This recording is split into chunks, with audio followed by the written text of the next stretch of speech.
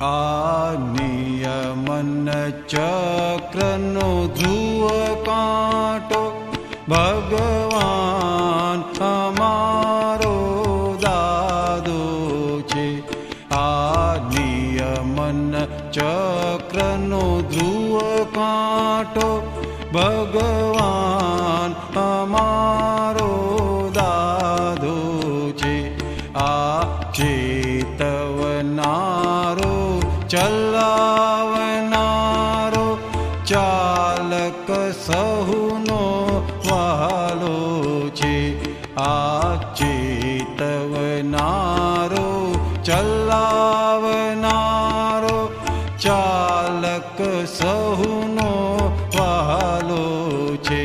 આ નિયમન ચક્રનો ધ્રુવ કાંટો ભગવાન અમારો દાદો છે.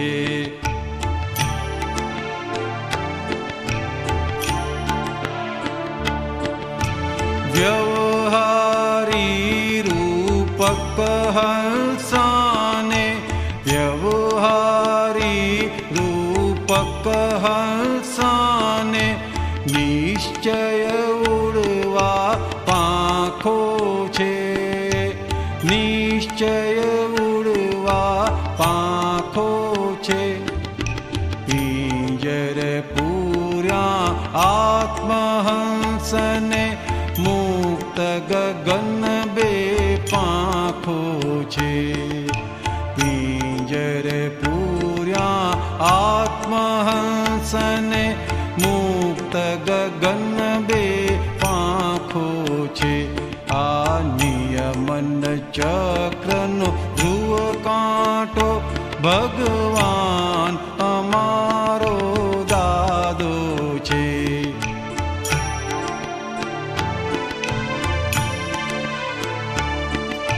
હૃદયે સ્પર્શી સરસ્વતીયા વાણી લાવો અનોખો છે. હૃદયે સ્પર્શી સરસ્વતીયા વાણી લાવો અનોખો છે.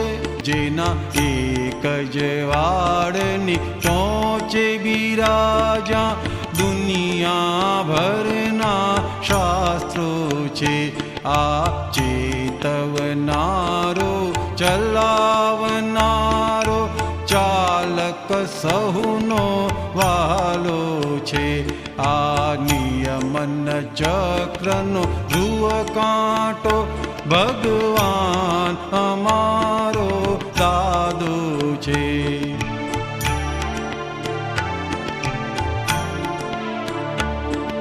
સ્વક્ષેત્રે અભિનિવેશિયા સ્વક્ષેત્રે અભિનિવેશિયા નિર્દ્વંદ્વ તે મૂળ આવ્યો છે. નિર્દ્વંદ્વ તે મૂળ આવ્યો છે. કોટી સૂરજ ઝળહળ ઝબકી જ્યોતિર્મય બે આંખો છે. કોટી સૂરજ ઝળહળ ઝબકી જ્યોતિર્મય બે આંખો છે. આ નિયમન ચક્રનો ધ્રુવ કાંટો ભગવાન અમારો દાદો છે.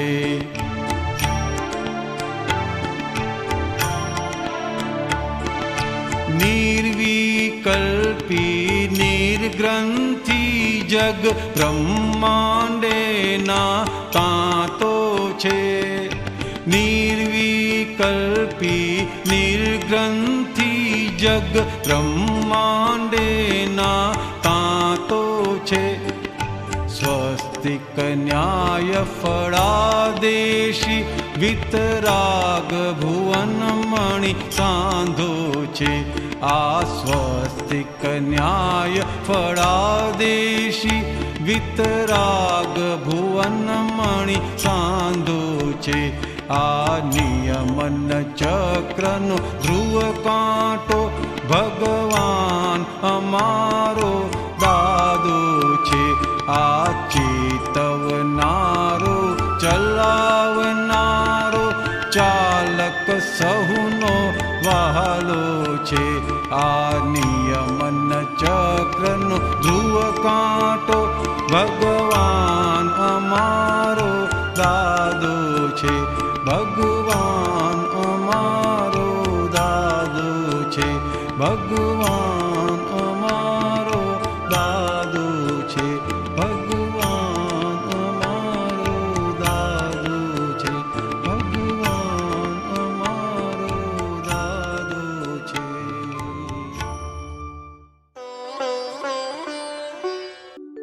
जगत में कहीं भी डरने जैसा नहीं है.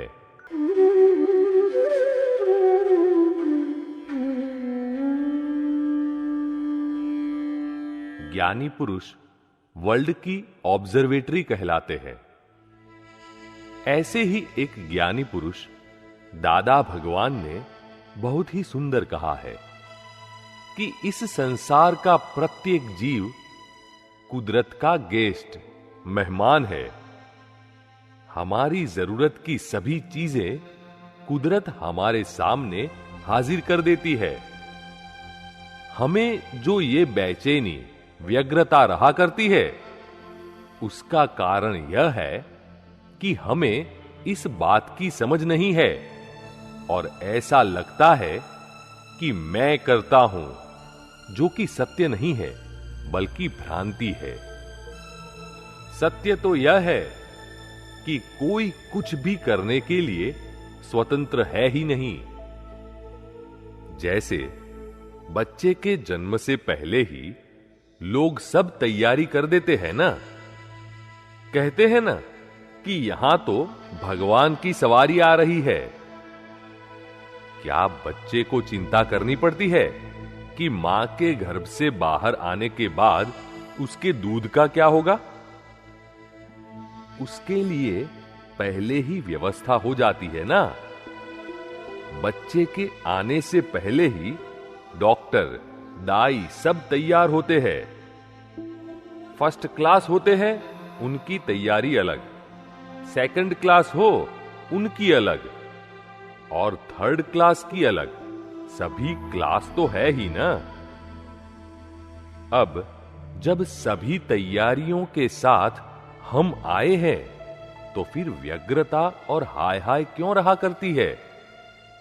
क्योंकि हम सभी यहां कुदरत के मेहमान हैं, लेकिन मेहमान की हैसियत से रहना भूल गए हैं. यदि आप किसी के घर में मेहमान, गेस्ट बनकर गए हैं तो आपको चाहिए कि आप मेहमान की हैसियत से ही रहें. अतिथि धर्म के विनय में रहें. अगर यजमान कहें आपको यहां नहीं वहां सोना है तो आपको वहां सो जाना चाहिए. दोपहर में 2 बजे खाना मिलता है तो भी शांति से खा लेना चाहिए. थाली में जो भी परोसे वह प्रेम से खा लेना चाहिए. थाली में यदि मिठाई आए तो ऐसे नहीं कहना है कि मैं मीठा नहीं खाता. सब्जी में नमक ज्यादा पड़ गया हो तो बिना अरुचि दिखाए थोड़ा ही सही मगर शांति से खा लेना चाहिए. वहां हम ऊंची आवाज में नापसंदगी व्यक्त नहीं कर सकते क्योंकि हम वहां मेहमान हैं. अब यदि मेहमान किचन में घुसकर अपनी पसंद का कुछ बनाने लगे तो कैसा लगेगा? दूसरों के घर में दखल अंदाजी करेंगे तो किसे अच्छे लगेंगे?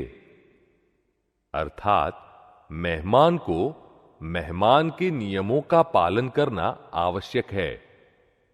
जिनके यहां हम गेस्ट बनकर रहे हों उन्हें जरा सी भी परेशानी न हो, इसका हमें निरंतर ख्याल रखना है. मेहमान को राग द्वेष करने का अधिकार नहीं है. उसे तो सिर्फ अतिथि धर्म के विनय में ही रहना है. इस बात को आगे बढ़ाते हुए दादाजी कहते हैं कि हम तो गेस्ट बनकर ही रहते हैं, इसलिए हमें सब कुछ स्वतः ही मिल जाता है। जिनके यहां हम गेस्ट बनकर रहते हैं, उन्हें जरा सी भी परेशानी न हो, इस बात का हमें निरंतर ख्याल रहता है। सभी चीजें हमें घर बैठे ही मिल जाती है, याद करते ही आ जाती है, और यदि न भी आए तो भी हमें कोई क्लेम या एतराज नहीं होता, क्योंकि हम गेस्ट बने हैं। किसके यहां? कुदरत के घर पर। कोई चीज यदि कुदरत देना न चाहे तो हमें समझना होगा कि वह हमारे हित में होगा, और कुदरत कुछ देती है तो भी वह हमारे हित में ही है। क्या देना क्या न देना, वह सब कुदरत की सत्ता में है। और अगर हमारे हाथ में कुछ करने की सत्ता भी होती ना, तो एक और दाढ़ी के बाल उगते और दूसरी ओर न उगते, तो ऐसे में हम क्या करते? हमारे हाथ में यदि करने की सत्ता हो तो सब कुछ उल्टा पुल्टा ही हो। यह तो कुदरत के हाथ में है सब कुछ, तो देखिए उसकी कहीं पर भी कोई गलती नहीं होती। सब कुछ सिस्टमैटिक, सलीके से, ठीक ढंग से होता है। देखिए ना, चबाने के दांत अलग, छिलने के दांत अलग, खाने के दांत अलग। कितनी सुंदर संरचना है। जन्म लेते ही पूरा शरीर मिलता है, हाथ, पांव, नाक, कान, आंखें, सब कुछ। मगर मुंह में हाथ डालें तो दांत नहीं होते। तो वहां पर क्या कुछ गलती हो गई है कुदरत की? नहीं। कुदरत जानती है कि जन्म के तुरंत बाद उसे दूध पीना है, और कोई खाना वह पचा नहीं पाएगा। जब सिर्फ मां का दूध ही पीना है, तो यदि दांत दिए जाएंगे तो वह काट लेगा। देखिए कितनी सुंदर रचना की गई है, कैसा सुंदर प्रबंध किया गया है। जैसे जैसे जरूरत पड़ती है, वैसे वैसे दांत आते जाते हैं। पहले 4 दांत आते हैं, फिर धीरे धीरे दूसरे दांत आते हैं, और यदि बूढ़ापे में दांत गिर जाते हैं तो फिर से नहीं आते। कहने का तात्पर्य क्या है कि कुदरत हर तरह से हमारा रक्षण करती है, सभी को राजा की हैसियत से रखती है। मगर हम अकर्मियों को, अभागों को रहना आए तब ना।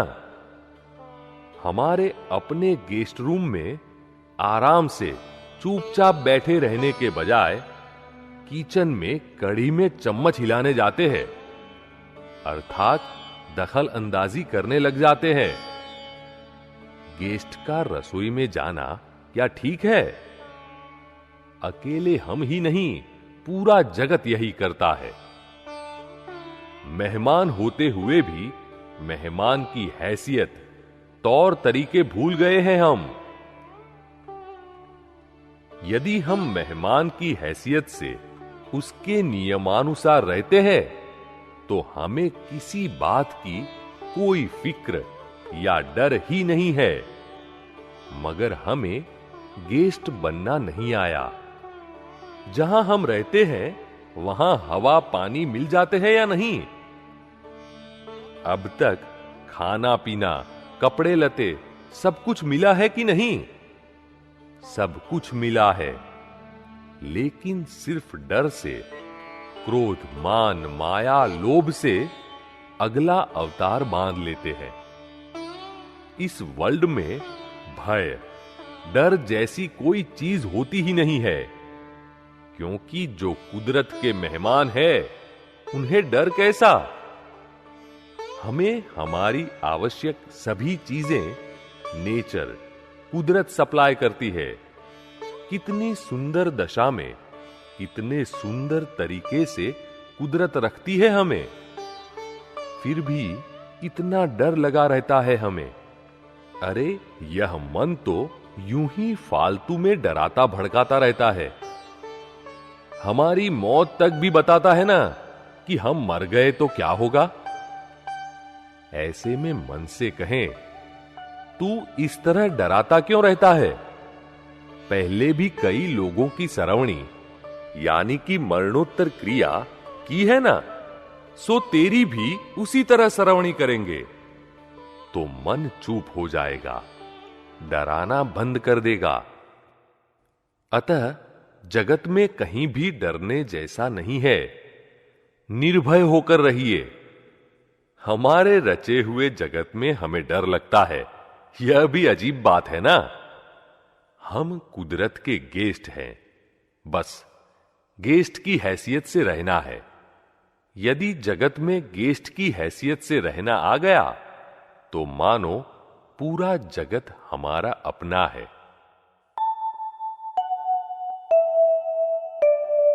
हाइलाइट्स। जगत में कहीं भी डरने जैसा नहीं है। निर्भय होकर रहिए। हमारे रचे हुए जगत में हमें डर लगता है, यह भी अजीब बात है ना। यदि जगत में गेस्ट की हैसियत से रहना आ गया तो मानो पूरा जगत हमारा अपना है।